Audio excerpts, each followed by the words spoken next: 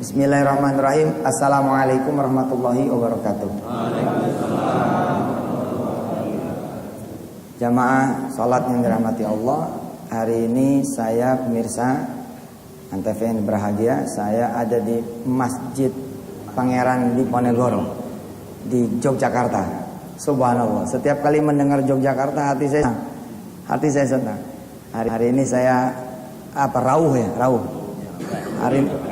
Hari ini rauh hadir atas undangan beliau Bapak Wali Kota Yogyakarta, Bapak Haryadi Suyudi, dan Pak Kapolres ya, Pak Haji Mirza Mustaqim, juga Pak Pengadilan ya, Pak Lutfi. Alhamdulillah, untuk bicara-bicara seputar program pemerintah kota Yogyakarta pemirsa, yakni Maghrib Mengaji.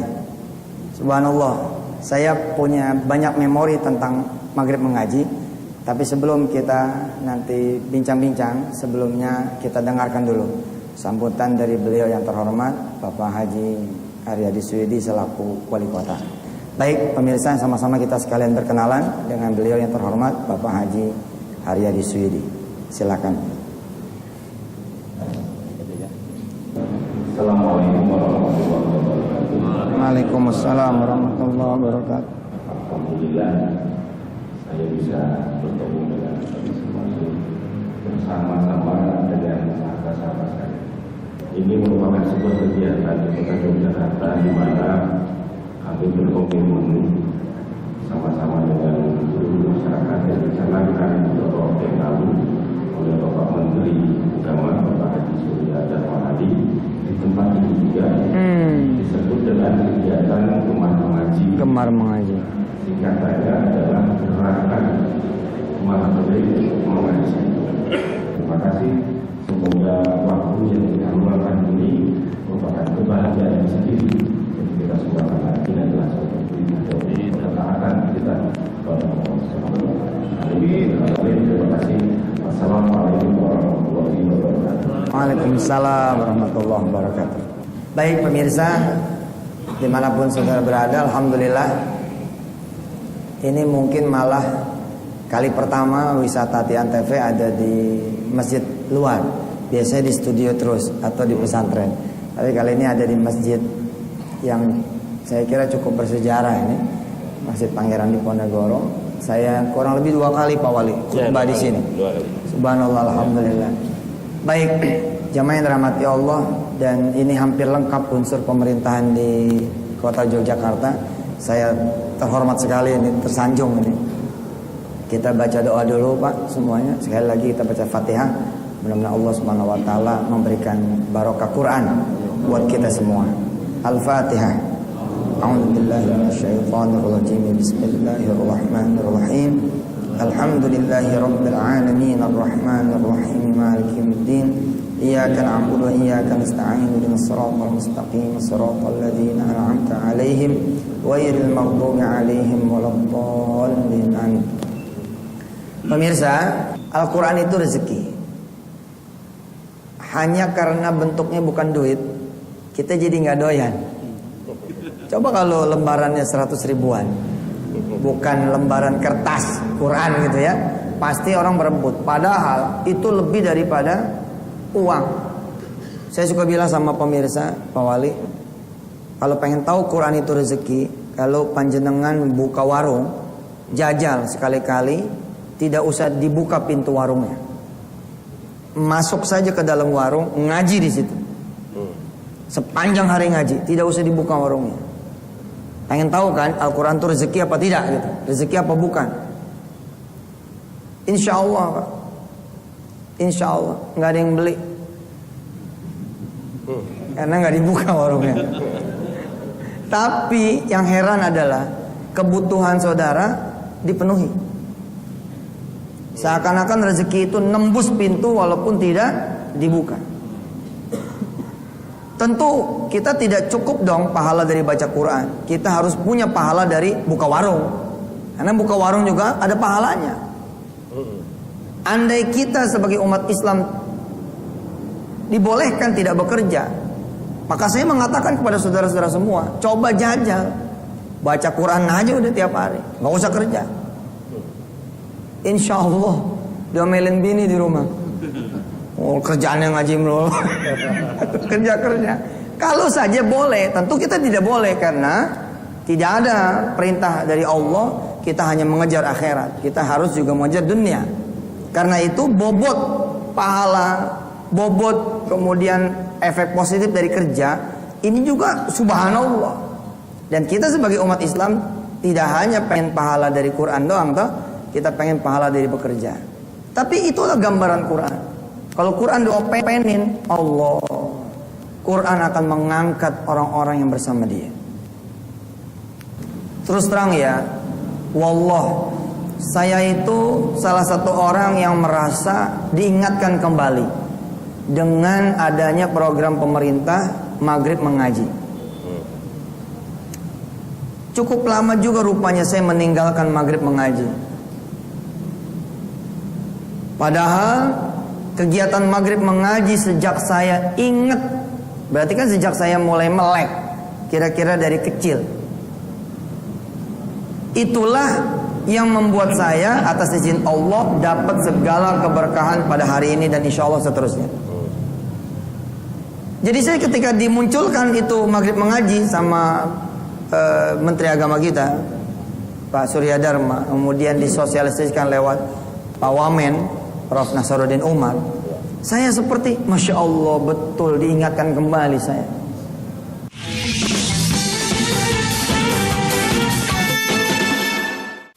Sekedar nostalgia, mudah-mudahan bukan ria dan sum'ah.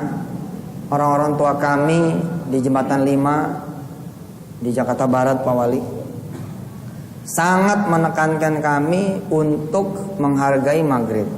Sampai-sampai di kalangan Betawi zaman dulu ada dongeng untuk menakut-nakuti kami yang anak-anak ini supaya jangan keluar pada saat maghrib karena bakal diculik kalong wewe. Ada yang paham nggak? Kalau di Jogja apa? Wewe ya. Itu sejenis kelelawar besar. Begitu dongengnya nih, yang kalau keluar rumah pokoknya bakal diculik dan bakal dibuang ke hutan. Sehingga cukup efektif buat anak-anak kecil semacam saya begitu. Sehingga kami memang ngaji gitu maghrib. Seiring dengan kemudian saya mencintai masjid atas izin Allah, pemirsa dan jemaah Masjid Pangeran Diponegoro Yogyakarta, saya menghabiskan waktu kecil saya, waktu remaja belia saya, dan waktu remaja mulai agak dewasa di masjid sepenuh-penuhnya, hampir tiap hari tanpa putus. Ini saya mudah-mudahan bukannya ria dan sum'ah, tapi saya pikir ini sebenarnya yang bikin saya jadi begini. Jadi kalau maghrib sama isya tuh Pak, kami berhalakoh gitu, saya, Adi, Fuad, Ibad, kemudian Daniel, ini teman-teman kecil nih. Terus ada Arab tuh satu, Alwi. Kita saling ganti-gantian. Jadi ngajinya tuh setengah halaman. Jadi selesai ba'diyah gitu di masjid, nggak pulang Pak, nggak pulang karena tanggung juga mau pulang kan, nanti balik lagi. Jadi kami saat itu ngambil ngambil apa sebutannya kalau di Jogja, sama ya? Lekar, tempat Quran. Ya sama lekar. Ngambil Quran, kemudian mulailah mengaji. Misalkan saya bagian yang pertama. Ini ada imam kita, Ustadz sini Ustaz, ikut baca. Antum hafalnya juz berapa? Juz 4, masih ingat? Oke. Umpama saya ngaji dulu nih, saya yang membuka.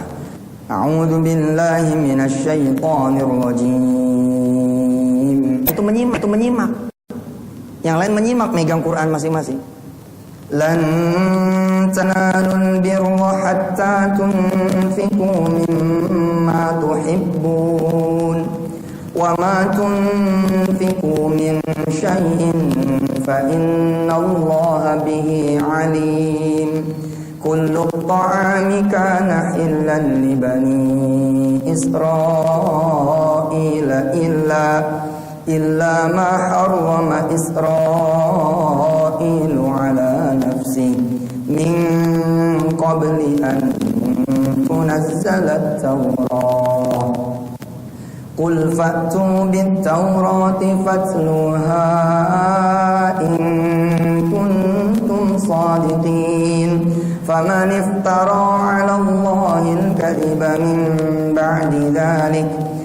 ulaika humul zalimun. Itu ada satu orang di antara kami halaqah itu, ada satu orang jadi guru. Dan tiang-tiang masjid kami ketika kecil itu penuh Pak dengan yang mengaji-ngaji. Cuman kelompok kami ini dikasih keistimewaan untuk di broadcast suaranya keluar. Kenapa? Karena kami turunan guru yang mendirikan masjid. Itu aja sebenarnya. Jadi yang lain kagak dikasih mic, kita dikasih mic. Qul sadaqallah fattabi'u millata Ibrahim hanifa wa ma kana minal musyrikin. Sadaqallahul azim. Lalu mic berpindah ke yang sebelah. Silakan. Ini imam kita. Ustaz siapa namanya? Pakai speaker. Ya udah. Nama antum, namanya Tommy tapi hafiz 30 juz. Subhanallah. Fadal terusin Ustaz. Inna awwala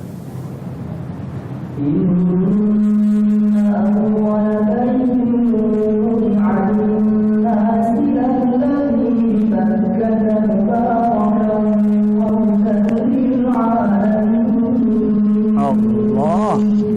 Masya Allah.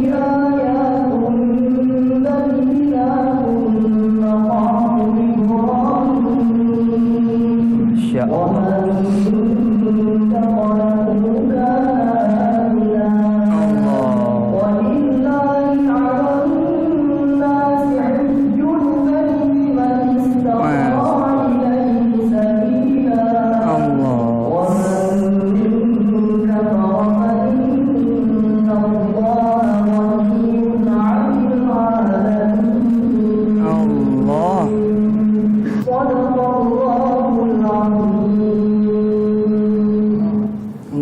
Nggak mau berhenti kayak kita dengar ya. Ustadz Tommy udah pernah ke Tanah Suci? Baik, bulan Februari akhir antum aneh berangkatin umrah ke Baitullah Haram. Subhanallah. Duit nih dari Pak Wali sama Pak Kapolres. Patungan ya. Kita bertiga. Berempat sama pengadilan negeri. Oh, kita patungan berangkatin beliau. Insya Allah. Nah, seperti itulah dulu kami ketika kecil, berganti. Dan setiap kira-kira 6 bulan itu hataman Quran. Karena dihitungnya bukan cuma satu halaqah, tapi halaqah yang bersama-sama itu dihitung bareng. Kira-kira 3-4 bulan selesai hatam Quran. Dan kalau sudah waktunya hatam Quran, seneng banget. Kenapa? Karena akan makan bekakak ayam. Ingat gak waktu kecil-kecil dulu? Nasi kuning, bekakak ayam. Dan hari itu terasa mahal sekali. Kalau hari ini Pak terasa nggak mahal. Kenapa? Karena warung kuliner udah banyak. Zaman dulu kagak ada warung kuliner gitu. Jadi kalau udah nasi kuning, ada ayamnya, subhanallah.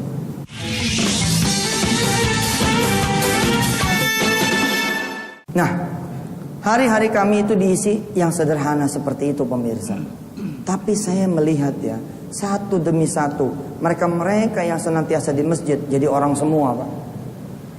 Di antara kami itu ada yang punya hotel dekat bandara. Bahkan sejak tahun berapa itu duluan dia sama saya. Saya punya hotel atas izin Allah ini baru 2012. Beliau tuh udah dari belasan tahun yang lalu. Ada yang kemudian bisa tembus ke Australia. Ada yang menjadi pelaut, ada yang menjadi tentara, ada yang pokoknya rata-rata hidupnya pada sukses gitu. Dan saya diasuh atas izin Allah sama Kiai Haji Sanusi Hasan.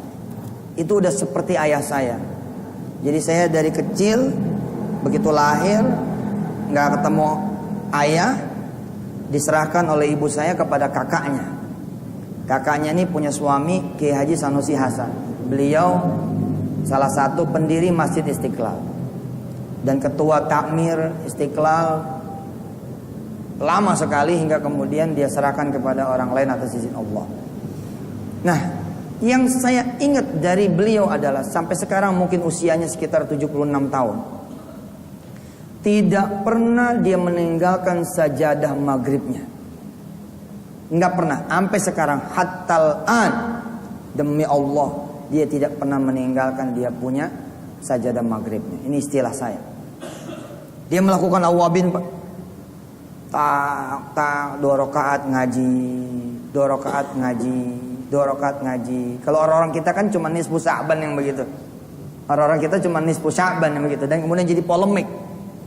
Padahal itu kegiatan harian. Saya ketika kecil bertanya kepada ayah saya. Saya bawa hadis. Ayah, ini ada hadis ini. Bunyinya, siapa orang yang habis sholat maghrib, dia tidak bercakap-cakap, lalu menyelesaikan zikirnya dan menutup dengan sholat sunnah ba'diyah, maka dia akan ditempatkan di sorga yang namanya Illiyin, Illiyun atau Illiyin. Saya bertanya ketika kecil, ini saya merinding nih. Saya ingat wanginya beliau, saya ingat cara dia ngomong, saya ingat ayah saya gitu kan.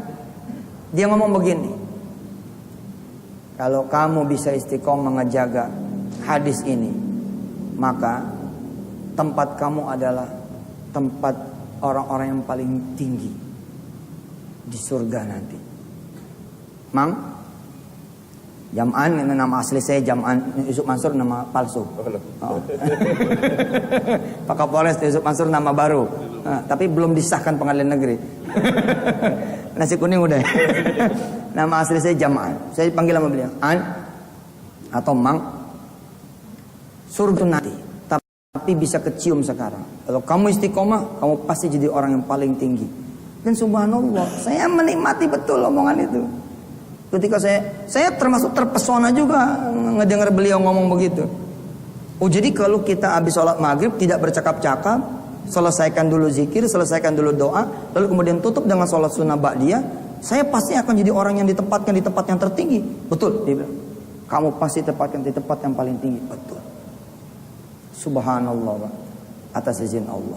Dan dari beliau itu lahir 7 putra putri juga yang hidupnya tuh enak gitu. Satu waktu pernah ayahnya datang, yakni engkong saya. Engkong saya ini juga orang masjid. Masya Allah, kalau saudara-saudara ke Masjid Baitul Ma'mur, itu di Tanabang, di pasar Tanabang, itu masjid lama di depan Jamiatul Khair. Nah, itu engkong saya di sana, namanya Engkong Hasan, orang Betawi Tanabang, dihargai sama para habaib karena ilmunya. Itu beliau kan ayah saya toh, ayahnya paman saya. Tapi kalau datang sebelum maghrib, dia sangat paham tidak mau mengganggu anaknya. Anaknya ini anak nomor 1, Uci, ayah Uci panggilannya, Kiai Haji Sanusi Hasan tuh nomor 1. Dia bilang, udah, dia mah malaikat Israel aja kalau bangsanya datang pasti akan nungguin dia selesai isya. Itu kalimat Engkong Hasan tuh. Kalau Israel datang pun, tapi datangnya itu sebelum isya, antara maghrib dan isya, pasti Israel pun akan nunggu ayah kamu selesai isya. Apalagi engkong katanya, cuman manusia. Subhanallah. Inilah pemirsa yang saya bisa sampaikan. Mudah-mudahan kapan-kapan kita ketemu lagi di Yogyakarta ini dan di tempat-tempat yang lain. Terima kasih banyak Pak Wali Kota, Pak Haji Pak Haji Haryadi Suyudi. Nanti pemirsa yang mau yang mau stikernya ini saya akan taruh di website saya. Ya, desainnya saya taruh di website, silakan di-download. Iya. Insya Allah. Kalau ente ke Jogja minta sama Pak Wali ya. Ini stiker mobil Pak ya. Stiker mobil, stiker kaca ya. Subhanallah, terima kasih pemirsa. Kita doain Yogyakarta dan seluruh kota-kota di seluruh Indonesia. Mudah-mudahan bergerak dan menggerakkan masyarakatnya untuk maghrib mengaji, mengkhatamkan Al-Quran, dan mudah-mudahan akhirnya kita bisa ditolong Allah dengan cara menghidupkan kembali Al-Quran di tengah-tengah kita semua. Kita baca suratul Fatihah buat kita semua pemirsa. Mudah-mudahan segala hajat kita dikabul Allah, segala masalah kita juga ditolong Allah. Kita punya rizki dibanyakin, diberkahin, diluasin. Kita punya badan disehatin, segala urusan kita dimudahin. Anak turunan kita ya anak turunan yang soleh-soleha, hafiz-hafizah. Mudah-mudahan bisa suaranya seperti Ustaz kita, Ustaz Tommy, insyaallah. Mudah-mudahan ala hadhihi niyyah wa kulli niyyatin salihah wa hadrati habibina wa syafi'ina wa qurrati ayunina maulana Muhammadin sallallahu alaihi wasallam. Al-Fatihah. Bismillahirrahmanirrahim. Alhamdulillahi rabbil alamin. Ar-Rahmanir Rahim. Maliki yaumiddin. Iyyaka na'budu wa iyyaka nasta'in. Ihdinas siratal mustaqim. Shiratal ladzina an'amta 'alaihim ghairil maghdubi 'alaihim waladdallin. Rabbighfir lana wa liwalidina. Amin. Makasih pemirsa, sampai ketemu lagi. Jangan Yusuf Mansur di acara wisata Tian TV. Jangan kapok Pak Wali direpoti. Terima kasih banyak semuanya. Wassalamualaikum warahmatullahi wabarakatuh.